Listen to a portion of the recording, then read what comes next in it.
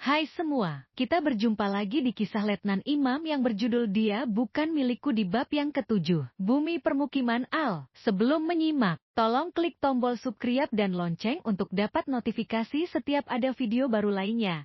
Selamat menyimak. November kali ini aku mendaratkan kedua kaki ke bumi permukiman Angkatan Laut atau lebih dikenal dengan Prokimal yang terletak di kawasan Kota Bumi Lampung Utara. Prokimal merupakan wilayah TNI AL yang diberikan secara cuma-cuma kepada anggota yang telah purna bakti. Sudah menjadi agenda rutin bahwa setiap hari ulang tahun marinir diperingati secara meriah di sini. Sekolah-sekolah yang berada di kawasan ini diminta berpartisipasi dalam berbagai lomba yang digelar oleh kesatuan. Baik sekolah negeri maupun swasta, semua sekolah yang berada dalam wilayah Prokimal merupakan sekolah binaan TNI AL. Warga setempat yang rata-rata juga terdiri dari anggota Angkatan Laut juga memiliki kesempatan mengikuti lomba lainnya secara perorangan maupun beregu. Kali ini aku diminta Ibu Komandan untuk menjadi juri dalam lomba puisi siswa SMP dan SMA dengan tema kepahlawanan. Sambil mendengarkan para siswa membacakan puisi, aku berkenalan dengan guru pendamping dan siswa peserta lomba. Melihat kemampuan mereka, aku sungguh terpukau. Di akhir acara, kami Dewan Juri mengumumkan para pemenang lomba. Di luar susunan acara yang berjalan, aku sengaja menyiapkan sejumlah uang dari kantong pribadi untuk para pemenang.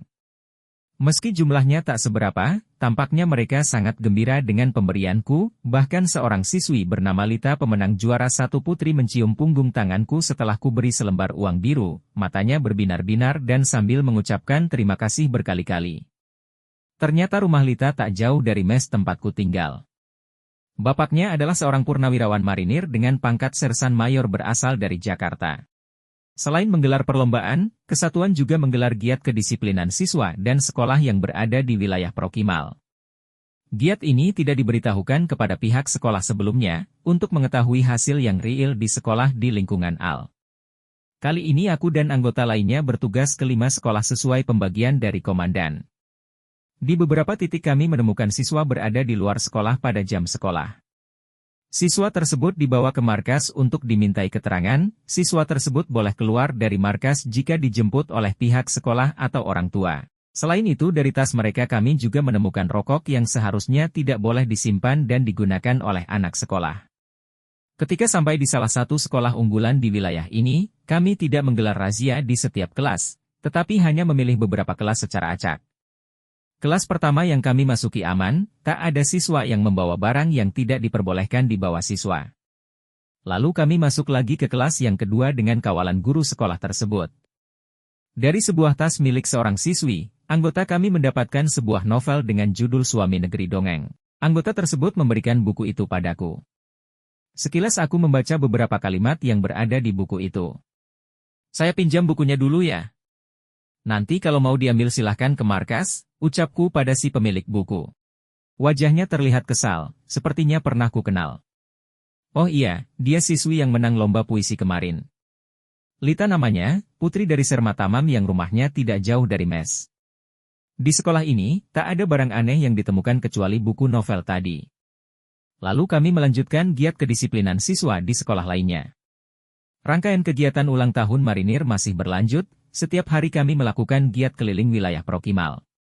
Dari giat inilah aku banyak mengenal orang di wilayah ini, baik dari unsur anggota maupun warga sipil, warga yang ramah dan sangat menyaudara. Ketika aku sedang melakukan giat keliling wilayah Prokimal, ternyata mes tempatku tinggal didatangi seorang siswi yang mengamuk meminta bukunya dikembalikan.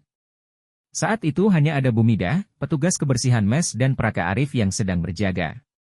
Praka Arif yang tidak tahu masalah buku itu habis dibentak-bentak seorang anak kecil. Bilang sama Letnan Imam, kembalikan buku saya kalau masih mau dinas di sini. Orang baru aja kok banyak gaya. Belum tahu aja dia, siapa saya. Bisa saya buat babak belur dia, dibuang ke kali buat makan buaya. Iya, Mbak. Nanti saya sampaikan pada Letnan Imam, atau Mbak kembali ke sini lagi agak sore, kata Arif.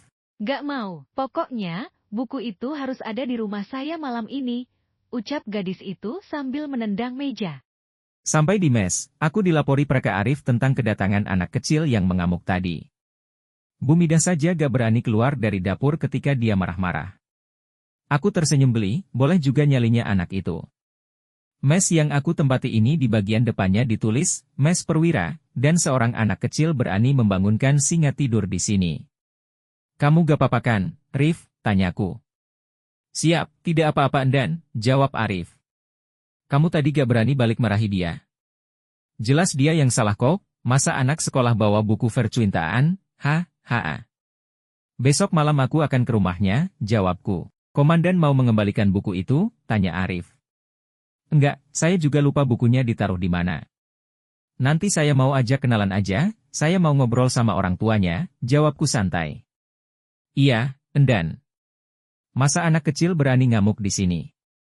Saya juga gak enak mau ngasih pelajaran ke anak perempuan kayak gitu.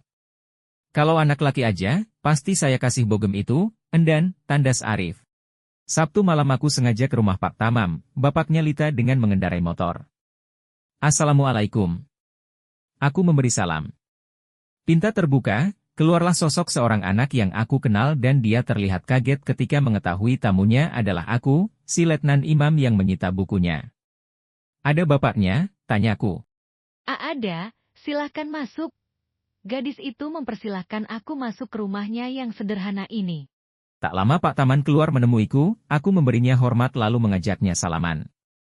Wah, tumben nih main ke rumah saya, ucap Pak Tamam. Silaturahim, Pak. Pengen lebih kenal dengan warga di sini. Kebetulan rumah Pak Tamam dekat dari mes jadi di sini dulu yang saya kunjungi. Aku berkata setelah dipersilahkan duduk. Pak Tamam banyak bercerita tentang masa lalunya ketika masih aktif berdinas. Beliau seorang prajurit yang berani dan setia pada NKRI, terbukti dari ceritanya yang berhasil menumpas musuh ketika perang merebut Irian Barat dan Timor Timur. Putranya ada yang jadi tentara Pak, tanyaku. Gak ada, gak boleh ada yang menjadi tentara sama saya, ucap Pak Tamam tegas. Loh, kenapa Pak? Tanyaku heran. Tentara itu berat, saya gak mau anak saya merasakan seperti yang saya rasakan dulu. Biar jadi orang biasa aja. Tapi saya selalu mengajarkan kedisiplinan pada semua anak-anak saya, papar Pak Tamam. Aku mengangguk tanda setuju. Bapak berapa putranya? 3, satu di Kalimantan, sudah berkeluarga dan menetap di sana. Yang kedua masih kuliah di IPB jurusan perikanan. Yang terakhir masih SMA, yang tadi bukain pintu. Sekarang malah di kamar aja gak keluar. Anak saya yang kecil itu hobinya belajar, betah banget berjam-jam belajar di kamar, terang Pak Tamam. Wah, pinter dong sekolahnya, ucapku dengan suara agak besar agar terdengar dari dalam kamar. Alhamdulillah, ranking terus sekolahnya. Kemarin habis menang lomba puisi di markas. Dapat duit 50.000, minta tambahin ibunya buat beli buku yang harganya lebih dari 100.000 katanya, kata Pak Tamam. Buku pelajaran? Aku bertanya. Bukan. Buku cerita katanya. Kalau buku pelajaran sudah komplit saya belikan semua. Katanya buat refreshing kalau suntuk habis belajar. Bukunya tebal segini, ucap Pak Tamam sambil mengukur kira-kira ketebalan buku dengan kedua tangannya. Tebal sekali ya, aku mengiyakan. Buku karangan dari penulis kesukaannya itu. Saya suka sama anak saya itu, kalau ingin sesuatu dia berusaha dulu, duitnya terkumpul bisa dibeliin langsung, kalau masih kurang orang tuanya nambahin gak terlalu banyak, jelas Pak Tamam. Aku menganggukkan kepala. Ternyata uang pemberianku kemarin dibeliin buku yang aku sita. Waktu menunjukkan pukul 22 tapi gadis itu tidak keluar sedikit pun. Baik Pak, Bu, sudah malam saya pamit. Terima kasih jamuannya, salam untuk Lita. Aku menekankan suara di ujung kalimat lalu memberikan hormat dan bersalaman. Ternyata nyali anak itu hanya ada ketika marah saja, didatengin ke rumahnya gak berani menemuiku. Okelah kalau begitu, silahkan ambil bukunya di markas, anak kecil. Bersambung. Ikuti kisah Letnan Imam selanjutnya dengan judul Dia Bukan Milikku. Karya Sitanya Fahmi. Tersedia di aplikasi KBM App.